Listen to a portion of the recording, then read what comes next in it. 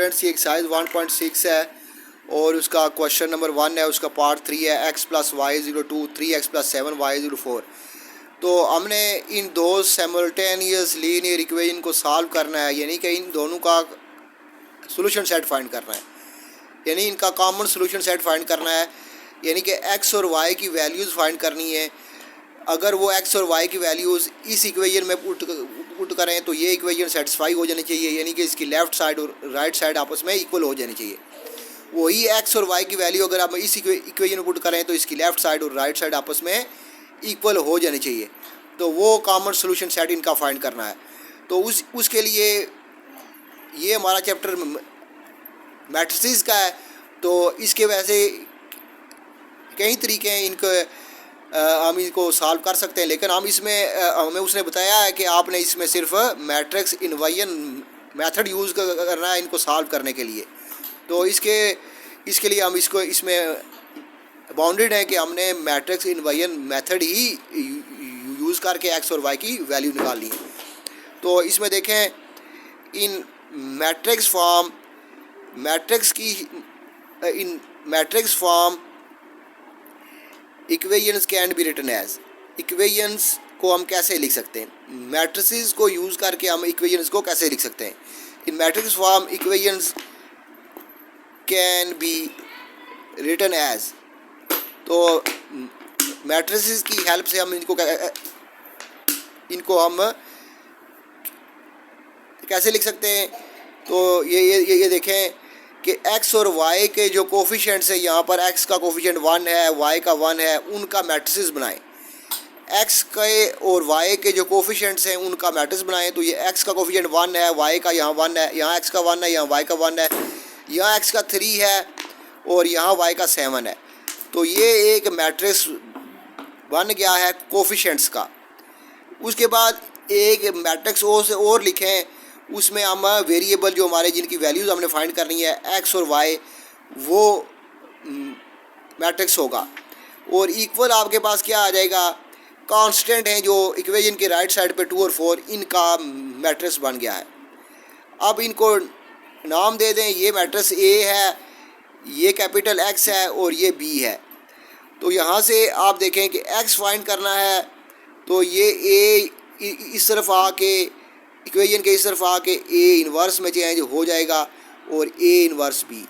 तो असल में आप देखें कि आपके पास जो A है वो क्या है, वो 1 1 3 7 है और X जो है कैपिटल X जो है वो स्मॉल x और y का मैट्रिक्स है। स्मॉल वेरिएबल x और y जिनकी वैल्यू फाइंड करनी है उनका मैट्रिक्स है। और B आपके पास क्या है, B कांस्टेंट्स हैं 2 और 4, कांस्टेंट का मैट्रिक्स है। तो सबसे पहले आप A इन्वर्स फाइंड करना है। तो उसके लिए देखें कि A का डिटर्मिनेंट फाइंड करें। तो क्या करें कि ये A मैट्रिक्स की जो एंट्रीज़ हैं 1 1 1 1 3 7, इनके गिर 2 वर्टिकल ऐसे सीधी लाइंस लगाएं। तो यहाँ से देखें 1 क्रॉस 7 3 क्रॉस 1, तो ये आ जाएगा 7 1 क्रॉस 7 माइनस 3 क्रॉस 1, तो यहाँ से आ जाएगा 3 माइनस 7 माइनस 3 तो 4। तो डिटर्मिनेंट आपका 0 के इक्वल नहीं आया, इसका मतलब है कि इनका सोल्यूशन एग्जिस्ट करता है। तो अब हम इसका एडजॉइंट फाइंड करते हैं। तो एडजॉइंट ऑफ A देखें, एडजॉइंट ऑफ A, तो एडजॉइंट कैसे निकालते हैं। एडजॉइंट का तरीका ये है कि A मैट्रिक्स का जो इसके जो ये वाले एलिमेंट्स हैं, ये प्रिंसिपल डायगोनल के ऊपर जो एलिमेंट्स हैं इनकी पोजीशन इंटरचेंज कर दें। 7 को 1 की जगह ले जाएं और 1 को 7 की जगह ले आएँ। तो यहाँ से देखें कि 1 की जगह 7 आ गया और 7 की जगह 1 आ गया, और बाकी जो 2 एलिमेंट्स हैं 1 और 3 इनके साइन चेंज कर दें। 1 के साथ माइनस आ जाएगा, 3 के साथ भी माइनस आ जाएगा, तो ये हो जाएगा -1 -3। तो ये एडजॉइंट आ गया है। अब हमने A का इन्वर्स निकालना है, तो उसका फार्मूला होता है 1/A का determinant into adjoint of A। तो डिटर्मिनेंट की वैल्यू आपने निकाली हुई है, वो 2 है, वो आपका 4 है। ये डिटर्मिनेंट की वैल्यू 4 है, तो यहाँ पर 4 आ गई। और एडजॉइंट की वैल्यू हमारे पास है 7 -1 -3 1। तो यहाँ से देखें ये 4 सब के नीचे सब के नीचे डिवाइड हो जाएगा, 7/4 -1/4 -3/4 और 1/4। तो ये 4 सब के नीचे डिवाइड हो गया, ये 4 जो है ये सब के नीचे डिवाइड हो गया है। तो यहाँ से आपका ये इन्वर्स आ गया है। अब आप देखें जो आपने क्या फाइंड करना है, जो x है वो होता है a इन्वर्स b के इक्वल। तो a इन्वर्स की वैल्यू लगाएं, 7/4 -1/4, ये -1/4 -3/4 और 1/4। और b मैट्रिक्स है उसकी भी वैल्यू लिखें। b मैट्रिक्स आपके पास क्या है, 2 4। तो b मैट्रिक्स है 2 4। इनको अब मल्टीप्लाई करें, फर्स्ट रो फर्स्ट कॉलम। तो ये देखें कैसे मल्टीप्लाई करें, 7/4 मल्टीप्लाई बाई 2, तो ये आ जाएगा 7/4 मल्टीप्लाई बाई 2। आगे आएगा प्लस -1/4 इंटू 4। आगे आ जाएं सेकंड रो फर्स्ट कॉलम, तो -3/4 इंटू 2, तो ये हो जाएगा -3/4 इंटू 2। आगे आएगा प्लस 1/4 इंटू 4। तो यहाँ से देखें कि ये आपके पास 2 2 ज़ार 4 हो जाएगा, ये 4 4 से कट जाएगा, ये 2 2 ज़ार 4 हो जाएगा और ये 4 4 से कट जाएगा। फाइनल आपके पास क्या आ गया, 7/2 -1 और नीचे आपके पास आ गया -3/2 और +1। तो इसको सॉल्व करें, तो देखें कि इसको हम सॉल्व कैसे करेंगे। ये एलसीएम आ जाएगा, इसके नीचे 1 है तो 2 एलसीएम आ जाएगा, ऊपर आ जाएगा 7 माइनस ये 2 इस 1 से मल्टीप्लाई होगा तो 2 1 ज़ार 2 हो जाएगा। यहाँ से नीचे भी एलसीएम 2 आ जाएगा, इसके नीचे 1 है तो ये आ जाएगा -3 प्लस 2 1 ज़ार 2, ये 2 हो गया। तो यहाँ से आपके पास इसको ऐसे कर लें, इसको दोबारा देख लें कि ये देखें कि इसका जो एलसीएम है ये 7/2 है -1/2। इसका एलसीएम कितना आ जाएगा, इसका एलसीएम आपके पास 2 आ जाएगा। तो ऊपर आ जाएगा 7 माइनस ये 2 1 से मल्टीप्लाई होगा, 2 1 ज़ार 2 हो जाएगा।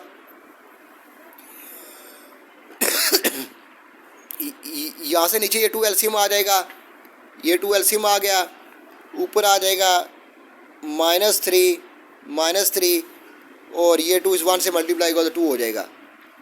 तो यहाँ से लास्ट में आप देखें कि जो एक्स मैट्रिक्स है वो आपके पास क्या आएगा, 7 में से 2 निकालें तो 5/2 हो जाएगा और 3 में से -3 और +2 होता है -1/2। तो ये आपके पास एक्स आ गया है। आपको पता है जो एक्स होता है, एक्स मैट्रिक्स है आपके पास है एक्स स्मॉल एक्स और वाई के इक्वल है। तो यहाँ से फिर आप कह सकते हैं कि स्मॉल एक्स और वाई का जो मैट्रिक्स है वो इक्वल है किसके, वो इक्वल है इसके 5/2 -1/2। तो यहाँ से पता चला हमें कि ये मैट्रिक्स दोनों इक्वल हैं। ये तो इनकी कॉरस्पॉन्डिंग इंट्रीज भी इक्वल होंगी, एक्स इसके इक्वल होगा और वाई इसके इक्वल होगा। तो एक्स इज इक्वल टू 5/2 और y इज इक्वल टू -1/2। अब हम चेक करते हैं कि आया हमारा सोल्यूशन सही है। तो ये आपके पास आ जाएगा सोल्यूशन सेट, ऑर्डर पेयर की फॉर्म में लिखें तो इसको ऐसे लिखेंगे, 5/2 x को पहले लिखेंगे और y को बाद में लिखेंगे। आया हम चेक करते हैं, इसको चेक करते हैं, चेक में देखेंगे कि आया हमारा सोल्यूशन सही है कि या गलत है। तो इसमें आपके पास जो इक्वेशन है वो क्या है, इक्वेशन दी हुई है आपके पास x + y is equal to 2, x + y is equal to 2। तो आप क्या करें, x की वैल्यू रखें, x की वैल्यू कितनी है 5/2 प्लस y की वैल्यू है -1/2 इक्वल टू 2। क्या इक्वेशन सेटिस्फाई होती है या नहीं होती, तो 2 एलसीएम आ जाएगा, यहाँ से आ जाएगा 5 - 1 इक्वल टू 2। तो ये आ जाएगा 4/2 इक्वल टू 2। तो यहाँ से आपके पास आ जाएगा 2 2 ज़ार 4। तो ये सेटिस्फाई हो गई है। अब हम सेकंड इक्वेशन को चेक करते हैं। सेकंड इक्वेशन क्या है आपके पास, सेकंड इक्वेशन है 3x + 7y इक्वल टू 4। तो इसको चेक करते हैं। तो x की जगह वैल्यू लगाए। x की वैल्यू कितनी है, x की वैल्यू आपके 5/2 है, तो यहाँ पर आप लगा दें 5/2 प्लस 7। y की वैल्यू कितनी है, y की वैल्यू है -1/2, तो यहाँ पर y की वैल्यू लगा दें -1/2, तो इक्वल टू 4 है। देखते हैं ये आ जाएगा 15/2 और ये आएगा -7/2 इक्वल टू 4। देखें 2 एलसीएम आ गया, ऊपर आएगा 15 -7 इक्वल टू 4, तो 8/2 आ जाएगा। 15 में 7 निकाला 8 आएगा, 8/2 और 2 4 8, तो 4 इक्वल टू 4। तो ये दोनों इक्वेशन सही हो गई हैं। इसका मतलब है कि ये इन दोनों का कॉमन सोल्यूशन सेट है। आप ऐसे भी कह सकते हैं कि ये आपके पास एक, इसको मज़ीद इंफॉर्मेशन के लिए कि ये कॉमन सोल्यूशन सेट क्या होता है, ये एक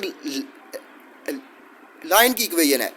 ये आपके पास ये जो है x + y = ये एक एक्स वाई प्लेन में एक लाइन होगी। ये है आपके पास एक्स वाई प्लेन। तो इसके अंदर कोई मैंने एग्जैक्ट ड्रा नहीं कर रहा, लेकिन समझाने के लिए कर रहा हूँ। फ़र्ज़ करें कि ये कोई एक लाइन है, तो इसी तरह सेकंड जो है वो क्या है, 3x + 7y = 4। तो ये भी कोई ऐसे फ़र्ज़ मैं एग्जैक्ट ड्रा नहीं कर रहा, ये भी कोई स्ट्रेट लाइन की इक्वेशन है। तो जहाँ पर ये दोनों कट कर रही हैं वो इनका कॉमन सोल्यूशन है। ये जो सोल्यूशन है, ये आपके पास जो सोल्यूशन है, ये x और y की वैल्यू है, ये x और y की वैल्यूज़ हैं। तो ये वो कॉमन पॉइंट है जहाँ पर ये दोनों लाइन, ये लाइन और ये लाइन आपस में कट कर रही हैं। तो यहाँ पर इनकी x और y की वैल्यू कॉमन होगी, यानी इन दोनों की x और y के कोऑर्डिनेट एक ही होंगे। इस लाइन में x और y के कोऑर्डिनेट और इस लाइन में x और y के कोऑर्डिनेट सेम होंगे। तो ये इनका कॉमन पॉइंट ऑफ इंटरसेक्शन होगा। अगर आपको मेरी वीडियो पसंद आ रही हो, लाइक करें, शेयर करें और सब्सक्राइब करना ना भूलें। अल्लाह हाफिज़।